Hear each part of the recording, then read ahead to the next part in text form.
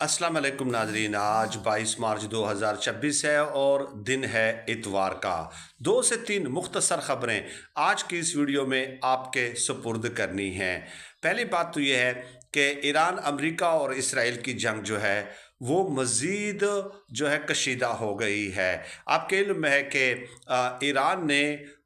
कल जो है एक हमला किया है न्यूक्लियर फैसिलिटी पे, और अभी तक कितना डैमेज हुआ है, ज़ाहिर है उसकी बिल्डिंग वगैरह को कोई डैमेज वगैरह पहुंचा है या क्या पहुंचा है उसकी तफसीलात अभी आना बाकी है। लेकिन ईरान का ये हमला बड़ा सीरियस नौइयत का है और यही वजह है कि इसराइल ने यूएन की सिक्योरिटी कौंसिल का इजलास भी बुला लिया है। इसके अलावा ईरान ने यूके और यूएसए की जो जॉइंट मिलिट्री बेस है, जहाँ पे अमेरिका के B-52 B-2 तैयारे होते हैं, वहाँ पे 4000 किलोमीटर के 2 बैलिस्टिक मिसाइल फायर किए हैं। एक मिसाइल को हवा में जो है वो नाकारा बना दिया गया और दूसरे को भी इंटरसेप्ट किया गया, लेकिन इंतहाई तशवीश की लहर दौड़ गई है अमेरिका में भी और बरतानिया में भी कि ईरान ने तो हमें कहा था कि भाई हम तो 2000 किलोमीटर रेंज से ज़्यादा मिसाइल नहीं बनाएंगे, तो ये मिसाइल कहाँ से आ गए। तो इसी कशीदा सूरत हाल के पस मंज़र में हुआ क्या है कि दुबई जो क्रूड आयल है उसकी जो प्राइस है $150 फी बैरल हो गई है, वो हो चुकी है। अब डॉक्टर फ़ारूक सलीम साहब को आप यकीनन आपने उनका नाम सुना होगा, उन्होंने रात गए ये बात कही है कि अगर 150 तक ये मेंटेन रहती है मंडे के दिन तक, यानी कि कल, आज तो ज़ाहिर इंटरनेशनल मार्केट या बंद है, पाकिस्तान में भी छुट्टी है, तो कल तो पूरी दुनिया में तो छुट्टी नहीं होगी, 23 मार्च के हवाले से तो पाकिस्तान में खैर छुट्टी होगी। तो मंडे और ट्यूसडे को अगर ये $150 फी बैरल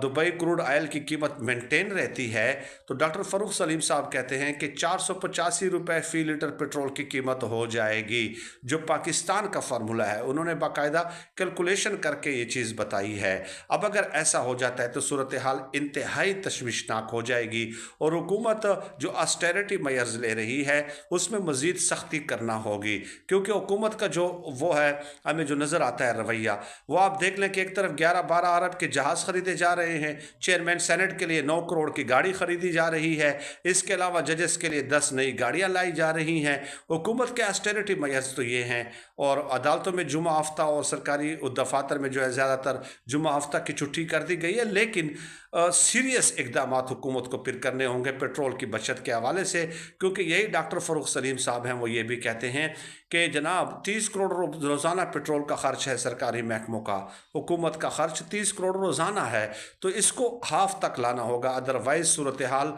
आपको पता है कि मैं तो ये सोशल वर्क 6-7 सालों से कर रहा हूँ कि लोगों के क्या हालात हैं। बहुत सारी सफ़ेद पोश फैमिलीज़ होती हैं जो ज़बान से नहीं बताती, लेकिन बखुदा जब आप इस फील्ड के अंदर जाते हैं और लोगों के अंदरूनी हालात देखते हैं तो इंसान का दिल जो है वो लरस जाता है। ये तो बहरहाल एक ख़बर हो गई। दूसरी तरफ आ जाए कि इमरान खान साहब के अपने बेटों से जो है ना कल बात कराई गई है 20 से 25 मिनट, और इस पर चंद सहाफ़ी बड़े खुशी से उछल रहे हैं, कूद रहे हैं। हालांकि ईद का दिन होता है, आम कैदियों के साथ फैमिली के मेम्बरान की मुलाकात की इजाज़त होती है, लेकिन इमरान खान साहब के साथ न पार्टी रहनुमाओं की मुलाकात की इजाज़त दी गई, न फैमिली मेम्बरान की, बस बेटों से बात करा दी गई, तो जैसे सदी का बहुत बड़ा एहसान किया गया हो, जैसे इमरान खान साहब के दादा परदादा और पूरे ख़ानदान और पूरी नस्ल पे जो है ये एहसान किया गया हो, बल्कि आने वाली नस्लों पे भी एहसान किया गया हो। तो ये तो इन लोगों का अपना ज़मीर है, अगर इसको आप ये एहसान समझते हैं तो इसमें तो मैं कुछ नहीं कह सकता। तीसरी तरफ आ जाएँ, डॉक्टर शरीफ मज़ारी साहिबा को बताया गया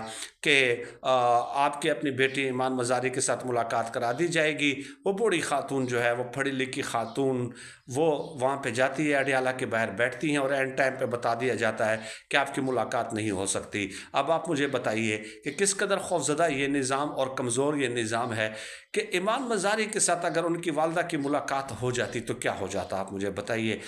ज़ाहिर है ईमान मज़ारी इमरान खान साहब की तरह पॉपुलर तो नहीं है ना कोई सियासी जुमात है, ना इतने कोई उनके वोटर सपोर्टर्स और हिमायती हैं, ना इतने कोई उनकी सियासी जुमात है कि जिसमें सैकड़ों रहनुमा हों। तो उनका अगर पैगाम वालदा दे भी देती, वो सिर्फ यही कहती कि वो डटे हुए हैं, वो बादरी के साथ लड़ रही हैं, वो कमज़ोर नहीं हो रही, वो कंप्रोमाइज़ नहीं कर रही, वो